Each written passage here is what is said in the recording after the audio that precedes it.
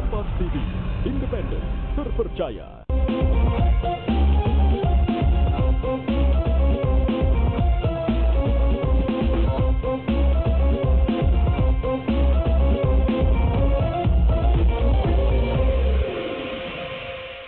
Bismillahirrahmanirrahim. Assalamualaikum warahmatullahi wabarakatuh. Alhamdulillahirabbil alamin alladzi an'amana ni'matal iman wal islam. Wassalatu wassalamu ala asyrafil anbiya'i wal mursalin wa ala alihi wa sahbihi ajma'in, amma ba'd. Kembali kita bersyukur kehadirat Allah Subhanahu wa taala. Masih terasa ada nilai-nilai atau bekas-bekas Ramadan, karena suasana Ramadan yang begitu, kalau bisa kita pinjam sedikit, superior dalam hitungan bulan dan amalan-amalan, masih terasa sampai sekarang. Apalagi di bulan Ramadan itu sangat dianjurkan dengan ajuat, berderma kepada sesama, maka biasanya itu sekaligus bentuknya silaturahim. Nah, pada kesempatan pagi ini kita mencoba merevitalisasi nilai silaturahim itu, urgensinya silaturahmi.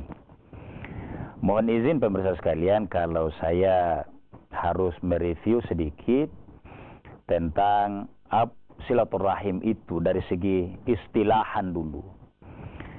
Kadangkala kita menggunakan tulisannya itu, apalagi kalau dalam bentuk ramai lalu ada spanduk, ada yang menulisnya silaturahmi, ada yang menegurnya, dia bilang itu bahasa Arab, maka yang benar adalah silaturahim.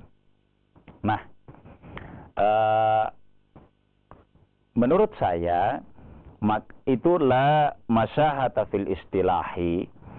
Kalau sudah kita fahami bahwa yang menulis silaturahmi tujuannya juga menyambung kasih sayang, mempererat hubungan, tapi tertulis ar-rahmi, itu juga boleh. Atau ada tetap yang menulis seperti asal bahasanya, yakni dari bahasa Arab, itu juga boleh. Jadi la masyahatan fil istilahi, jangan diperdebatkan istilah. Ada yang benar, ada yang salah. Dua-duanya benar saja. Kira-kira begitu. Menurut saya, pemirsa sekalian. Nah, urgensi silaturahmi. Silaturahmi itu adalah wasala syai'a bisyai'i. Menyambung sesuatu dengan sesuatu.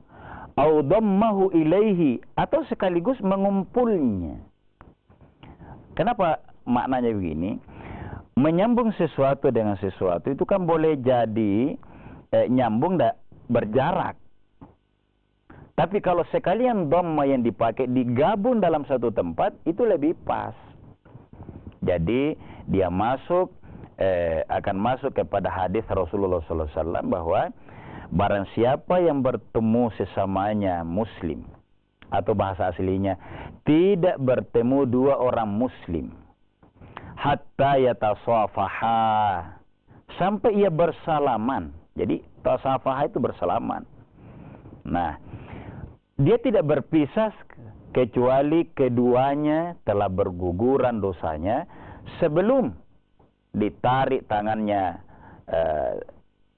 di antara salah satu dua orang yang bersaudara atau bersilaturahmi itu. Nah, itu pemirsa sekalian yang berbahagia. Jadi saya mau tambahkan lagi bahwa istilah silaturahmi ini, sila tadi menyambung, ar-rahim itu apa? Lebih dari sekedar makna kasih sayang, tapi dalam berbagai literatur diinformasikan kepada kita bahwa itu mirrahmil ummi, dari rahimnya ibu. Apa artinya? Sang ibu yang pernah mengandung anaknya, andai kata anaknya sudah besar dan berpisah, pasti tidak pernah dia lupa anaknya. Pasti. Bahkan sangat rindu. Demikian sebaliknya.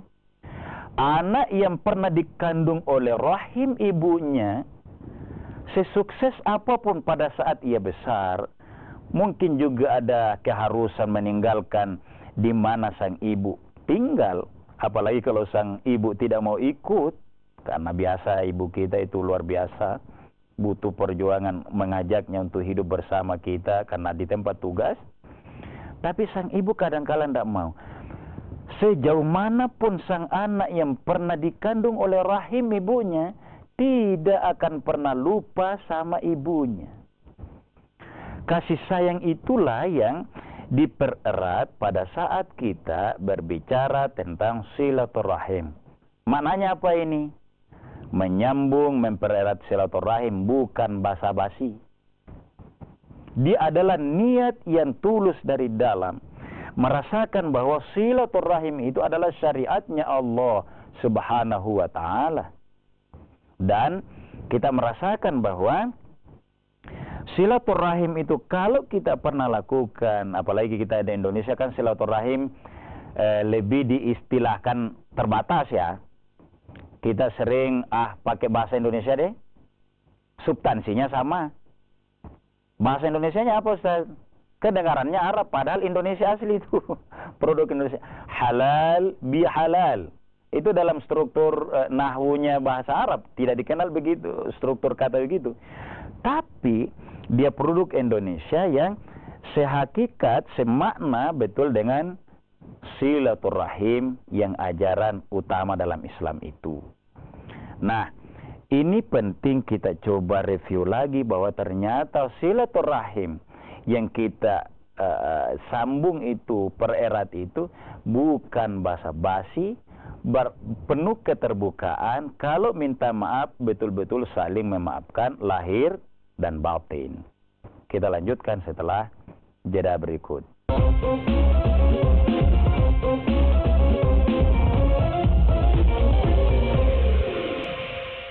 Pemirsa sekalian kaum muslimin yang dimuliakan oleh Allah, saya masih mau menegaskan tentang silaturahim ini.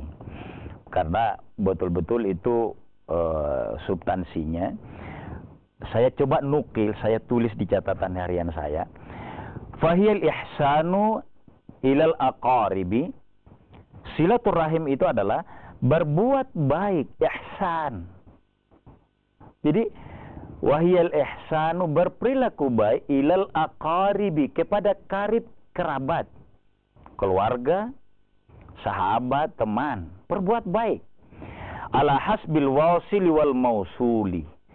Pada posisi masing-masing, baik yang memulai menyambung, yang menginisiatif, misalnya yang mengunjungi ya, wal mausuli dan yang dikunjungi. Apa maknanya di sini pemirsa sekalian? Kondisi orang yang datang itu harus sangat fresh, jangan terpaksa. Dia harus sangat segar. Lalu yang datang, yang mau mengunjungi misalnya, itu melihat kondisi yang mau didatangi. Kondisinya apa? Oh, tidak sedang istirahat. Atau kalau sekarang kan lebih mudah insya Allah. Kita minta izin memang, kita WA, kita SMS. Saya niat rindu kepada kita sahabat atau kerabat. Tapi kalau kerabat biasa malah dia bilang jangan permisi, langsung saja datang. Apalagi kalau kita yang di daerah ini, datang saja. Pintu terbuka, tidak pernah terkunci, kira-kira begitu. Tapi makna di sini adalah wusuli wa ilal mausul, itu saling mengkondisikan diri yang baik. Sehingga ini luar biasa maknanya pemirsa sekalian. Biasalah kita masukkan ke budaya mulia kita di Indonesia ini. Apa itu? Yang datang baik-baik, yang didatangi bilang jangan bawa apa-apa. Karena ini, itu kebaikan. Jadi bukan itu yang kita tuju.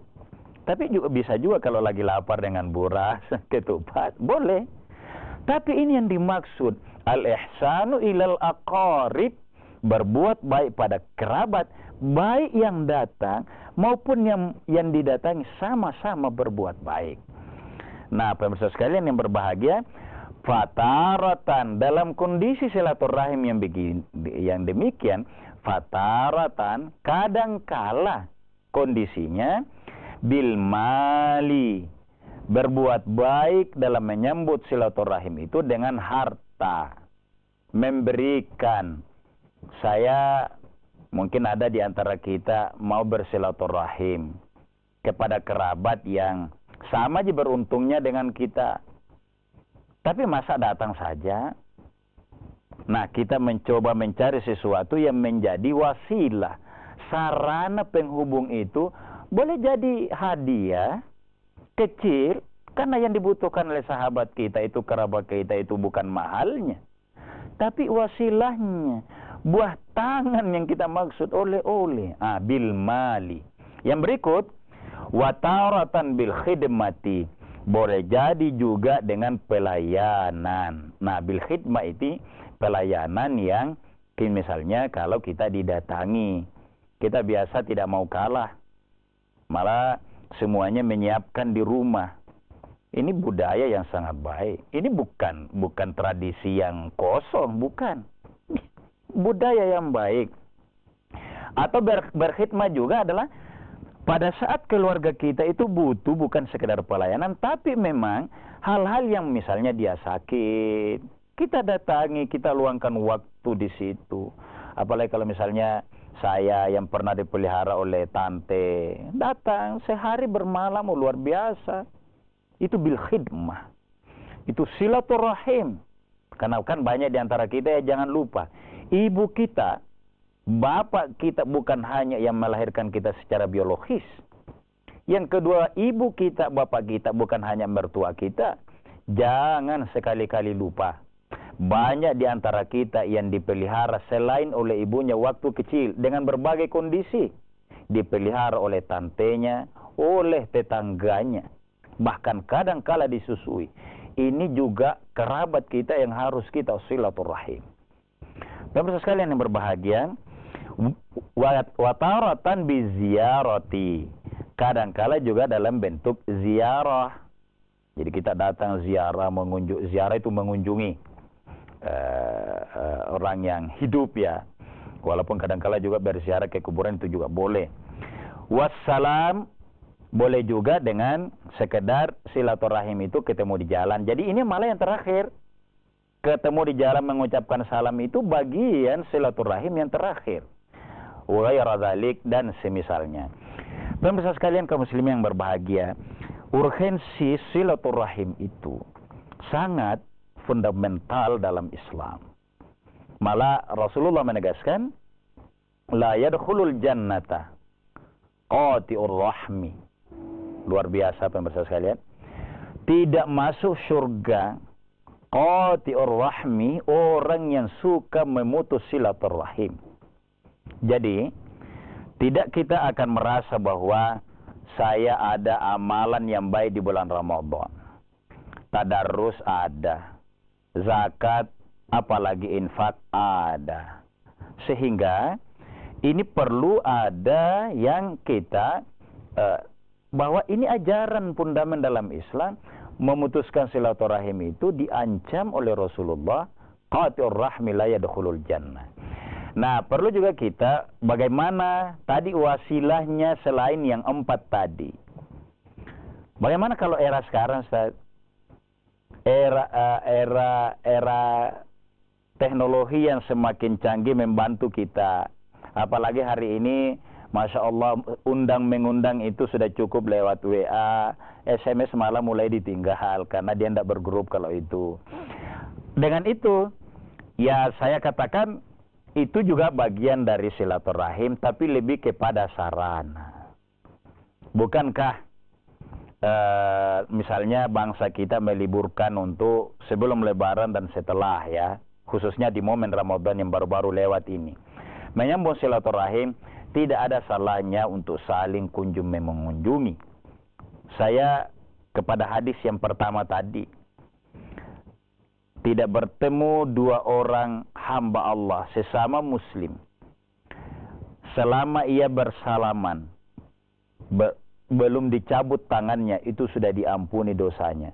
Hadis ini menegaskan bahwa yang terafdal silaturahim itu adalah bermuwajahah, berhadapan, face to face, Apalagi kalau tingkat hal-hal yang silaturahim itu, karena di dalamnya bagian saling memaafkan, ada hal yang memang harus kita utarakan. Momen Ramadan kemarin kan kita ada proses pemilahan ya. Ada kosong ini, ada kosong ini. Beda. Sedikit memang karena diharuskan memang memilih. Tapi kok enggak tahu juga saya kenapa ada terlalu fanatik pada pilihannya itu. Seakan-akan ada yang baik lalu ada yang tidak baik. Mari kita sadari ini. Adakah yang baik, yang sangat baik lalu ada yang tidak baik? Menurut saya semuanya terbaik. Cuma memang kita harus memilih. Nah, dengan kondisi begitu, momen silaturahim di era pasca Ramadan itu ada bagusnya. Betul-betul hati nyambung. Bahwa hati kita ikhlas lewat media, lewat teknologi itu, iya. Insya Allah, Allah itu maha tahu. Silaturahim juga sudah sampai. Tapi akan sangat enak kalau dalam waktu apalagi libur sekian hari, ada yang kita rencanakan memang mendatangi orang-orang yang paling tidak sering kita kunjungi hari-hari biasa. Jangan justru yang didatangi yang sudah sering sekali. Itu makna silaturahim, ada saling memaafkan di dalamnya untuk saling mendoakan dan saling merelakan, mengikhlaskan. Kita lanjutkan setelah jeda berikut.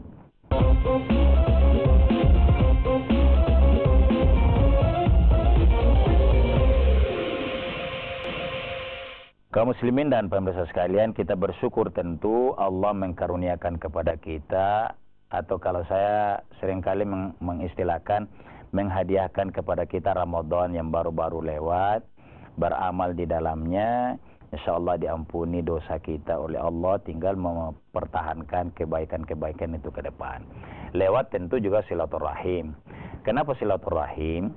Silaturahim itu kan lebih kepada sesama manusia, saling mengunjungi dan saling menyampaikan hal-hal yang agak renggang. Karena kalau dosa kepada Allah, yakinlah Allah itu maha pengampun.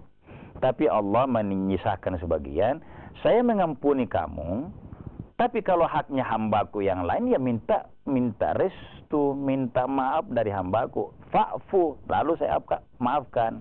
Nah, pemirsa sekalian, di bagian ini saya mau menyampaikan, laisal wasilu bil mukafi.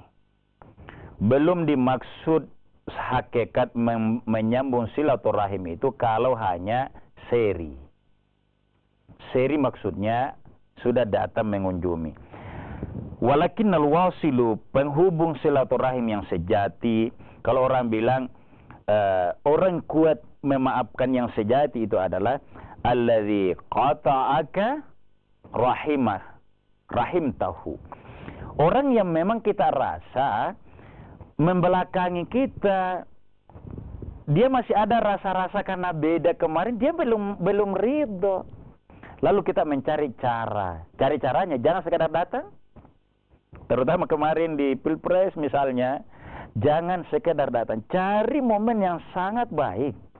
Karena orang yang paling baik adalah yang paling terbuka hatinya, dan anggaplah semua itu sudah lalu dan memang sudah berlalu.